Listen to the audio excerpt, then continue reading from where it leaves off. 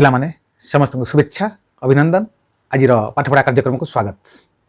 आज आम ओडिया व्याकरण एक सुंदर विषय पढ़ा जहाँकि तुम मैट्रिक परीक्षा एकांत अपरिहार्य एवं से प्रश्न आसूची एवं से आम भल कर निश्चित आम मार्क अधिक रही आम निश्चित भाव में परीक्षा ओडिया बेसी मार्क रखिपर। जहाँ से विषयटी आम पढ़ा जार नाम अच्छी रूढ़ी और लोकवाणी।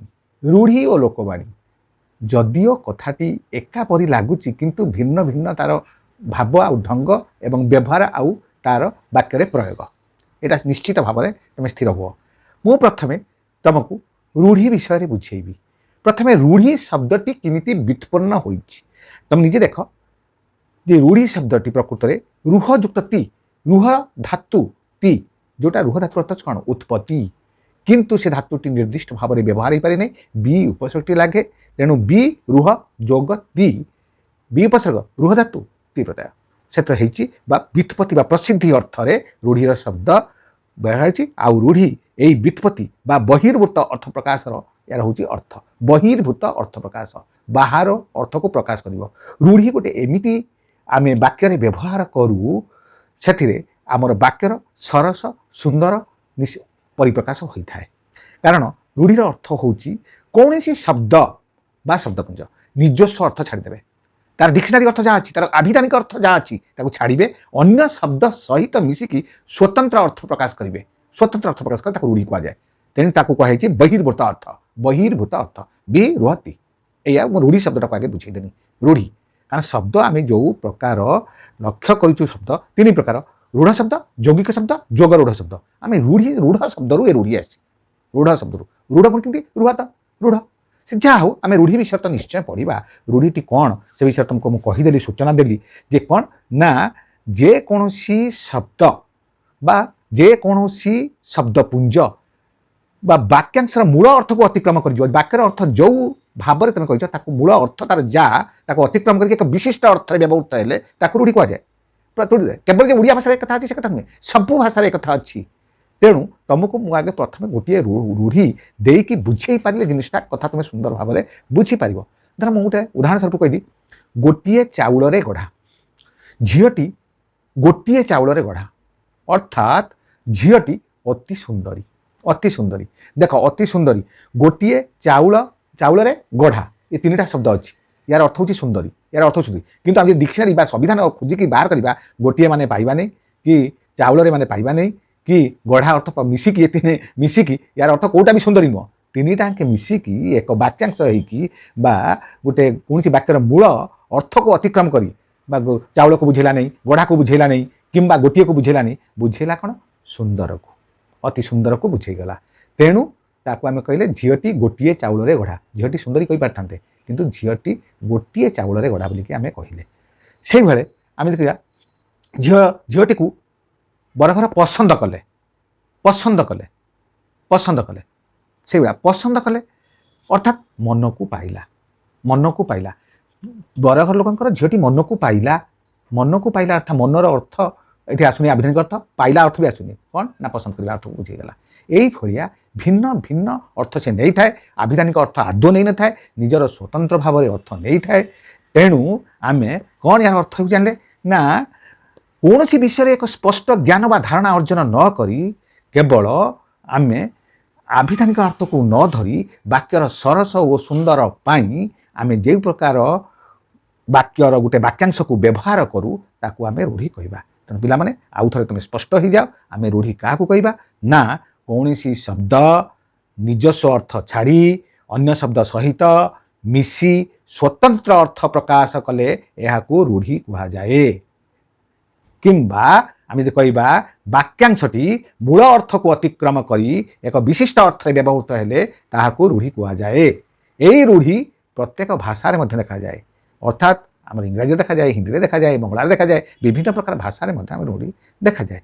तेणु रूढ़ीर अर्थ आम ए जानीगले जे कौन ना डिक्शनारी भित्तिक आभिधान भित्तिक अर्थ को बहिर्भूत करी एक स्वतंत्र अर्थ व्यवहार कले वाक्यटी सरस सुंदर बोधगम्य एवं लालित्य लगी थाए कहीं आम श्रुति मधुर होता है। केमती झीटी गोटे चाउल गढ़ा गोटे श्रुति मधुर है ବାକ୍ୟଟି ଅତି ସୁନ୍ଦର ହେଇଗଲା, ଲାଳିତ୍ୟ ଲାଗିଲା।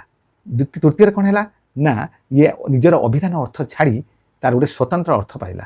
ଆଚ୍ଛା, ଗୋଟିଏ ଚାଉଳର ଗୋଟେ ଅର୍ଥ କ'ଣ କହିଲେ, ଗୋଟେ ବାକ୍ୟ ନ ବୁଝିକି ଗୋଟେ ବାକ୍ୟାଂଶ ବି ହେଇଗଲା। ଏକୁ ଆମେ ରୂଢ଼ି କହିଲେ। ସେ ଯାହା ହଉ, ବର୍ତ୍ତମାନ ଆମେ ଭିନ୍ନ ଭିନ୍ନ ପ୍ରକାର ରୂଢ଼ି ପଢ଼ିବା। ରୂଢ଼ି କେତେ ପ୍ରକାର ଅଛି ଆଗେ ଜାଣିବା। ଆମେ ତ ରୂଢ଼ି ମାନେ ଜାଣିଗଲ, କଥା ହେଉଛି କ'ଣ ସେ ରୂଢ଼ି। ଏବେ ଆମେ ସେ ବିଷୟରେ ପୁଣି ମୁଁ କହିବି। ବର୍ତ୍ତମାନ ଆମେ ପଢ଼ିବା ରୂଢ଼ି କେତେ ଭାଗରେ ବିଭକ୍ତ। ରୂଢ଼ି ବାସ୍ତବିକ ବ୍ୟାକରଣିକ ଅର୍ଥରେ ଆମେ ଦେଖିବାକୁ ଗଲେ ଆମେ 3 ପ୍ରକାର ରୂଢ଼ି ବ୍ୟବହାର କରିଥାଉ ଯେତେବେଳେ ଆମେ କଥାବାର୍ତ୍ତା ହେଇଥାଉ। ପ୍ରଥମତଃ କଥାବାର୍ତ୍ତା ହେଉଛି କ'ଣ, କ୍ରିୟାହୀନ ରୂଢ଼ି, କ୍ରିୟାଯୁକ୍ତ ରୂଢ଼ି, ତୁଳନାତ୍ମକ ରୂଢ଼ି। ପିଲାମାନେ, କ୍ରିୟାହୀନ ରୂଢ଼ି, କ୍ରିୟାହୀନ, କ୍ରିୟା ନଥିବ, ଅର୍ଥାତ୍ ସେ ବାକ୍ୟ ସେ ରୂଢ଼ିଟି ଯେକୌଣସି ସେ ଅତୀତ କାଳରେ ହେଉ ବା ବର୍ତ୍ତମାନ କାଳରେ ହେଉ ବା ଭବିଷ୍ୟତ କାଳରେ ହେଉ ସେ ବ୍ୟବହାର ହେଇଯାଇପାରିବ। ତେଣୁ ତାର କ୍ରିୟା ନଥିବ। ଯେ କେମିତି ତୁମକୁ ଗୋଟେ ଉଦାହରଣ ମୁଁ ଦେଇଦେଉଛି ଯେ କେମିତି ଯେ ଅଲଣା କଥା। ଅଲଣା କଥା ଅଲଣା କଥା ଅର୍ଥାତ୍ ଲୁଣ ଅଲଣା ଗୋଟେ ଲୁଣ ନ ପଠାଏ କଥା ମାନବାଟା ନା, ବ୍ୟାକରଣଗତ ଅଭିଧାନିକ ଅର୍ଥ ପାଇବାନି।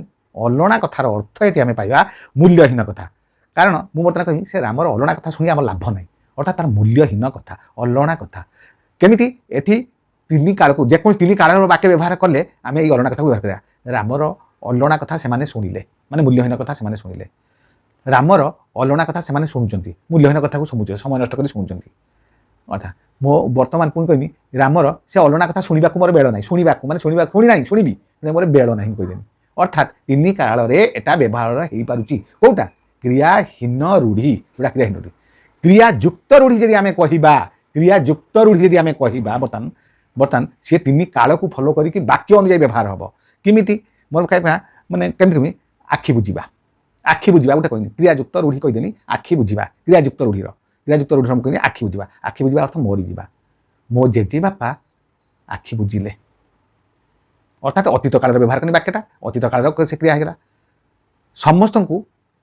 ସମସ୍ତେ ଦିନେ ନା ଦିନେ ଆଖି ବୁଝିବେ ମାନେ ମରିବେ। ଆଖି ବୁଝିବା, ଆଖି ବନ୍ଦ କରିବା ନୁହଁ ମୋଟେ, ଆଖି ବୁଝିବା ମାନେ ମରିବା। ଦେଖ ଆଖି ବୁଝିବେ ଏଟା ଭବିଷ୍ୟତ କାଳର ବାକ୍ୟ। ଅଭିଶାପ ଅନୁଯାୟୀ ଯେଉଁମାନେ ଖରାପ କାମ କରନ୍ତି ସେମାନେ ଶୀଘ୍ର ଆଖି ବୁଝନ୍ତି, ଏଟା ବର୍ତ୍ତମାନ କାଳରେ ବ୍ୟବହାର କରିଦେନି। ଅର୍ଥାତ୍ କ୍ରିୟାଯୁକ୍ତ ରୂଢ଼ିଟି ବାକ୍ୟ ଯେଉଁ କାଳରେ ଥାଏ କ୍ରିୟାଟି ସେ କ୍ରିୟାଯୁକ୍ତ ରୂଢ଼ିଟି ସେଇ କାଳରେ ବ୍ୟବହୃତ ହୁଏ। କିନ୍ତୁ କ୍ରିୟାହୀନ ରୂଢ଼ି ସେ ଗୋଟିଏ ପ୍ରକାର, ସିଏ 3 କାଳରେ ବ୍ୟବହୃତ ହେଇପାରିଥିବ। ଇଏ ହେଉଛି କ୍ରିୟାଯୁକ୍ତ ରୂଢ଼ି। ଆଉ ଗୋଟେ ହେଉଛି ତମକୁ କହିବି ସୁନ୍ଦର ରୂଢ଼ିଟିଏ ଯେ କ'ଣ, ଯେ ତୁଳନାତ୍ମକ ରୂଢ଼ି। ତୁଳନାତ୍ମକ ରୂଢ଼ି ଅର୍ଥାତ୍ ଗୋଟିଏ ସହିତ ଆଉ ଗୋଟେକୁ ତୁଳନା କରାଯାଇଥିବା।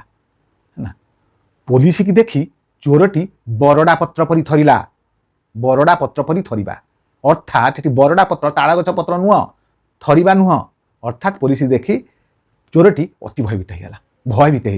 ଏଠି ବରଡ଼ାକୁ କାରଣ ଅଭିଧାନିକ ଅର୍ଥ ନେବନି ବା ସେ ନିଜର ଗୋଟେ ସ୍ୱତନ୍ତ୍ର ଅର୍ଥ ନେବ।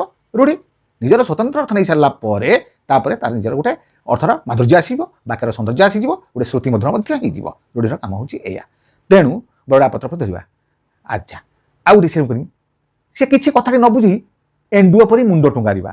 ଗୋଟେ ତୁଳନା କଲା ଏଣ୍ଡୁଅ ମୁଣ୍ଡ ଟୁଙ୍ଗାରିବା ସହିତ ଏଣ୍ଡୁଅ, ଅର୍ଥାତ୍ ଏଣ୍ଡୁଅ ନୁହେଁ କି ମୁଣ୍ଡ ଟୁଙ୍ଗାରିବା ନୁହଁ, ଅର୍ଥାତ୍ କୌଣସି କଥାକୁ କିଛି ନ ବୁଝି ସମ୍ମତି ଜଣେଇବା ତାକୁ କହନ୍ତି ଏଣ୍ଡୁଅ ପରି ମୁଣ୍ଡ ଟୁଙ୍ଗାରିବା।